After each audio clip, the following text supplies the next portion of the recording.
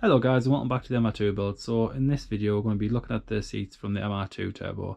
We're going to be giving them a deep clean, putting some leather dye in there and giving them a good buff up and hopefully getting them to a condition which is much better than this. So I've done this a few times in the past and it does work really well. It's actually better than you would expect. I was a bit apprehensive to start with, but the first time I did this I was so shocked of how it turned out. I've did it a few times since then, and every time I've never had no regrets, no complaints. The one thing I will mention is that in the past, I would normally repair a lot of these cracks and lines. Now, normally when I'm doing this, there's at least one tear, and fortunately, these seats have 0 tears. I mean, you have some deep, some deep grooves here, but nothing major. There's no rips, no tears. There's no, nothing from behind is seeping through. They're actually in really good condition. They're just unfortunately scuffed and they have these creases in the leather itself. Now a lot of the time you can actually clean these out, but as you can see they've got down to the actual, well, under the leather. The dye itself is just cracked and basically came away. So yes, normally I would use some of this film paste and it does look good. However, it can make the seats look fake. And you would expect, some lines such as this to be in the leather. Now when you put this paste on, it does take a long time, and especially all these little holes here, it can get tricky working around these. But once you've done it and you dye it, it literally goes back to almost factory, but looks too good, and I don't think it gives a natural look. So in this case, because I've got no rips or tears to repair, it's quite simply just going to be a deep clean. I'll get myself some sandpaper, scuff up the surface. You can't, well, you probably could just put the dye straight onto this. So this is a sandpaper that I'm going to use. It's P2000. It's very fine, and all I'm going to do is quite simply just lightly scuff up the area. You want a slight haze to the leather. That's when you know that you've done your job. You don't want to go too deep. You definitely don't want to take off the dye. So let's get the whole seat sanded. Let's get to it.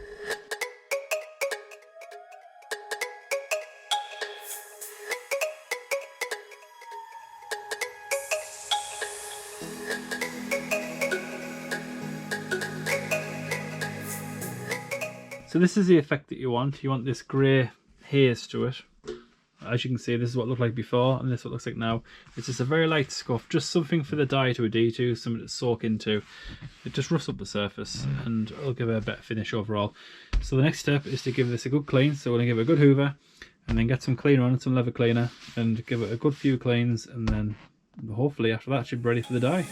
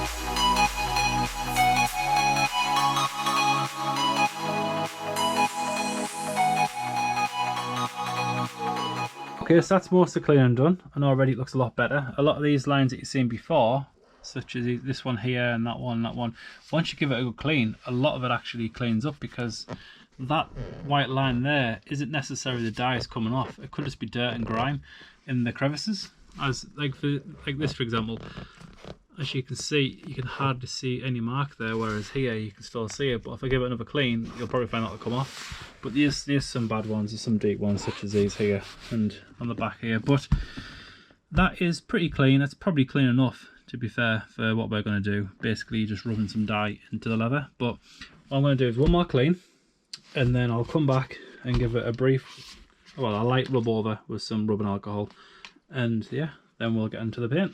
Okay, so off camera I went over it again with the leather cleaner, give it a good clean up, a rub down, then came back, hit it with some more alcohol, also give it a few goes with the hoover to make sure there's no dirt and grime down the sides and in between the stitching, and it's very clean. And then to finish it off, I went over with a heat gun and just got the leather fairly warm, try to pull some of these creases out. I think once this is black, I think all these natural creases, I think it'll just add to the style of the car. I think it really will make the car look original.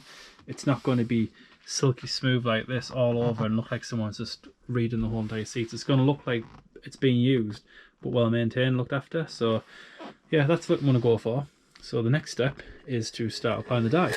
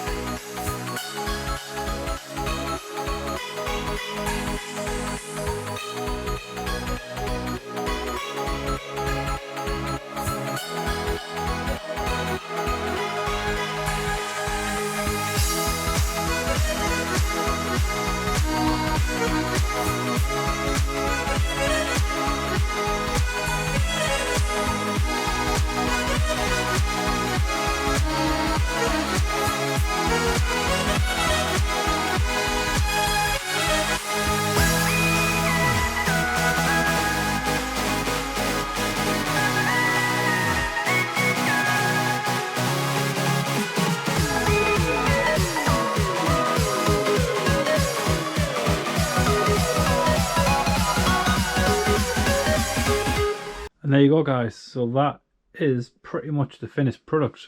And wow, I mean, it's still tacky. It'll take a few days to cure, but I mean, that is a huge difference. It really is. The shine alone, I mean, it's worth it just for the shine. It just looks fantastic. So I'm really pleased how this is turning out. Using the sponge, it's slower, it takes a lot longer. This would take minutes with a spray gun, but it's interesting because you have more control. But what I think I'll do next is I'll prep this and get this to the same level as this, and I think I'll come back to you. You don't need to see this twice. So when I come back, this seat should look like this seat. Okay, so it's been a few days. The thing with this is you've got to let them cure for a couple of days. You know, like, don't put the dye on and start using straight away, because it takes 2 to 3 days for the dye to fully cure. Considering I've did 0 repair, let's face it, all I've did is give these a good clean, rough them up very lightly with sandpaper, and literally use some dye and a sponge, and this is the result that you get. It's not perfect. Like I say, there's still a few marks, some creases, but I like that. These look worn. These look like these have been used in a car. These don't look like they've been repaired or restored. Just literally a deep clean. All these little holes. Obviously it was white leather inside there. And with a spray gun, with a few coats and a few different angles, you possibly could get them all. But with a sponge, I could really push the sponge into these and really saturate them holes and get the dye right in there, and then rub the dye off and then pat it with a slightly wet sponge, and just the texture alone. With a spray, it gives you a kind of orange peel effect up close, and you can kind of feel it with a spray gun. It gives the leather a gritty texture almost, but this is silky smooth and it just looks brilliant. Honestly guys, I'd really kind of stress how nice this looks. Does it look as good as paying someone to recover them? No, of course not, because they're not brand new. If I was to pay someone, I would probably get something along the lines of this. But personally, I like this look. I like these thin cracks that's in the leather. It's an old car and it matches. If I had a modern car, brand new, you know, 3-year-old car, maybe not, but it's an old car and I think that adds character. Okay, so I think these are ready to go back. So without further ado, let's get these put back into the MR2 where they belong.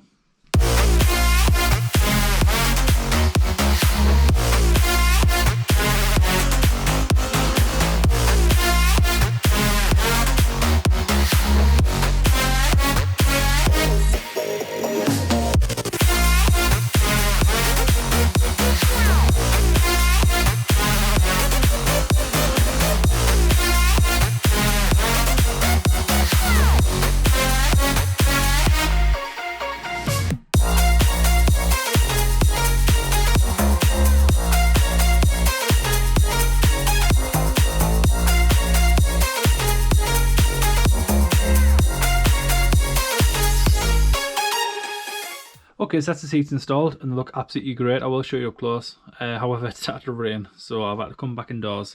So I thought while I'm indoors, I'll clean the door cards up. Show you around here.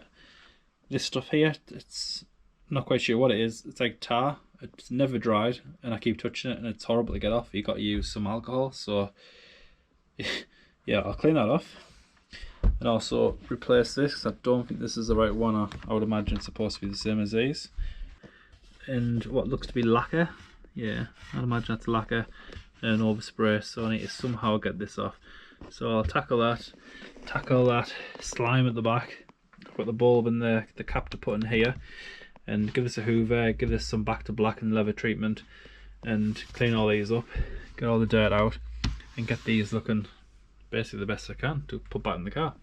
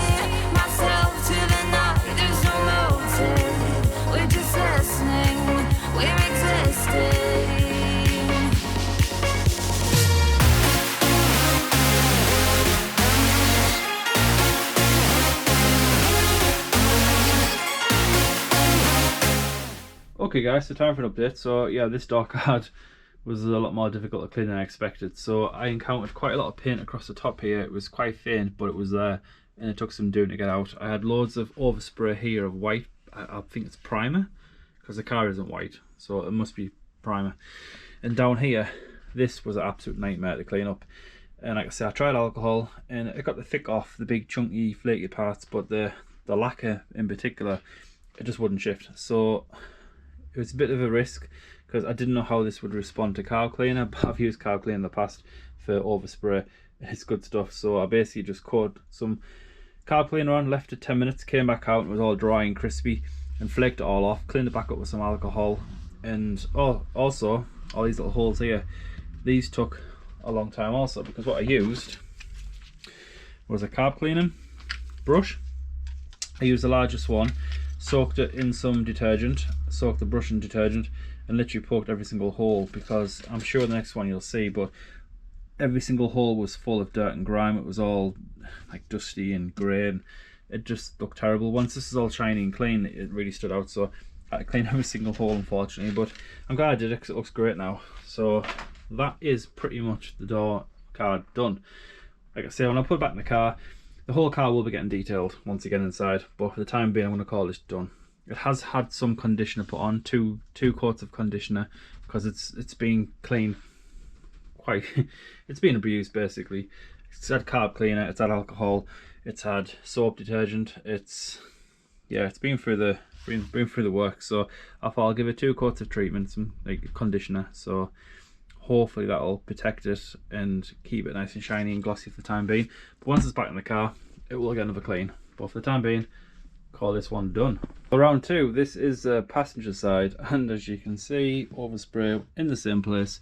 So clearly whoever masked the car up did the terrible job on one side and then came to the other side of the car and then continued to mask up and do a terrible job. So I'm going to get this removed firstly, and I'll go around and give it a good clean. For the most part, a lot of this looks like just muck, just dirt, so yeah, I can't really see any more overspray. So hopefully, other than this should actually be quite a quick cleanup.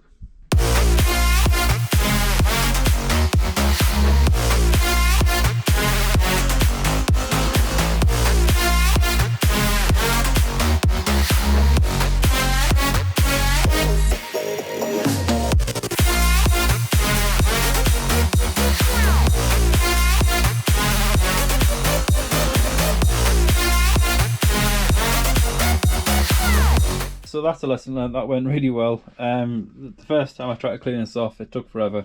I tried different methods, but I just went straight with the carb cleaner, left it, wiped it off, another coat, left it, wiped it off, another coat. I left it while I cleaned all these holes out, and once these were finished, as you've seen in the footage, it just came off like butter. So yeah, lesson learned there. So now I'll move on to the rest.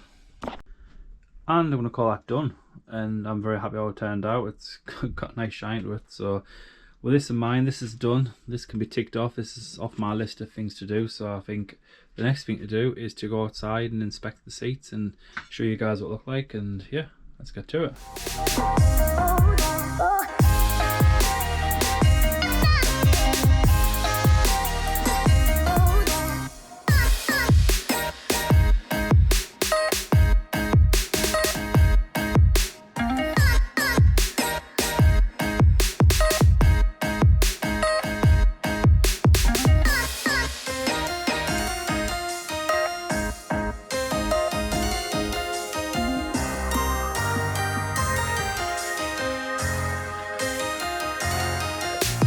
Well, there you go guys, I'm going to call that done. The seats are back into the car and I think they look fantastic. They look better than I expected, to be truthful. So in the next part I think we will move on to installing the gator. Yes, I actually repaired this when I was doing the seats. I'm not sure if I covered it in the video, but this has been restored and I think this looks great. I was going to buy a new one, but I thought I'll try it, and I'm over the moon how that looks. That looked fantastic in the car. So this will be going back in. I've got a new shifter knob, I've got new speakers, head unit, the speedos to go back in. There's a few odd bits to tie up inside the car. So in the next part we're going to get that all done, and address anything that's left inside the car to finish off, and then we'll call the interior done, and then we can move on to the more interesting parts such as the engine and the undercarriage and such. So yeah, if you find these videos interesting guys, please do remember to comment down below and send a like, and if you want to see more content like this, please remember to subscribe to my channel. I'll catch you next one. Bye.